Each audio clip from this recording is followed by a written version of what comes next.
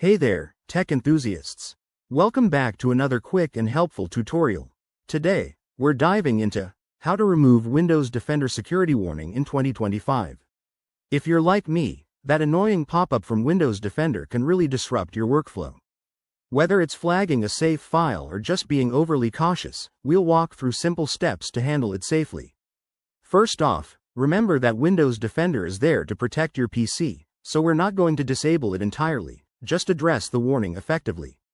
Let's jump right in. Step 1. Open the Windows Security app. You can do this by searching for Windows Security in your taskbar search bar.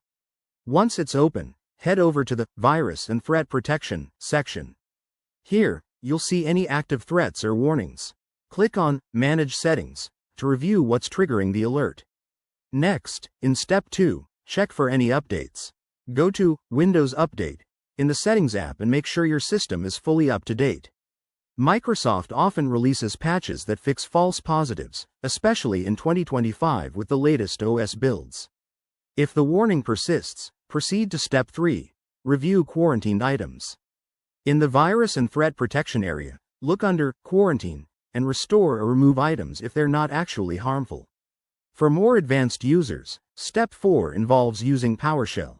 Right-click on the Start button, select Windows Terminal, Admin, and type in the command, set MP preference disable real-time monitoring $true.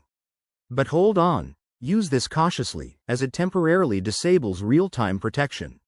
Always re-enable it afterward with set MP preference disable real-time monitoring $false. A quick word of caution, never completely remove Windows Defender unless you have a trusted alternative antivirus installed.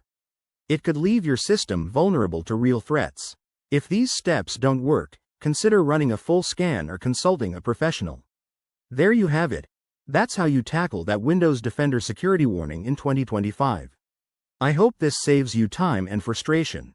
If you found this video helpful, hit that like button, subscribe for more tech tips, and drop a comment below if you have questions.